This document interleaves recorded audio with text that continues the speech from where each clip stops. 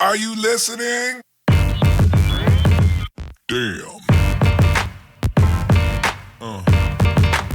Differences of opinion and social order between northern and southern states in early United States society, particularly regarding black slavery, ultimately led the U.S. into the American Civil War.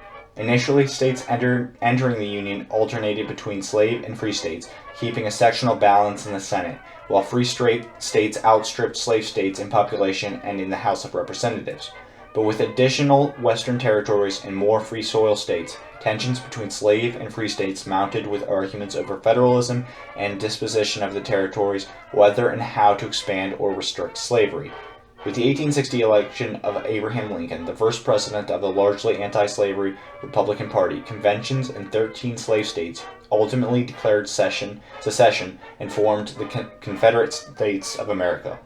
While the U.S. government maintained that secession was illegal, the ensuing wars was at first for Union, and then after 1863, as casualties mounted and Lincoln delivered his Emancipation Proclamation, a second war became abolition of slavery. The war remains the deadliest military conflict in American history, resulting in the death of approximately 618,000 soldiers as well as many civilians. Following the Union victory in 1865, 3 amendments to the U.S. Constitution brought about the prohibition of slavery, gave U.S. citizenship to nearly 4 million African Americans who had been slaves, and promised them voting rights.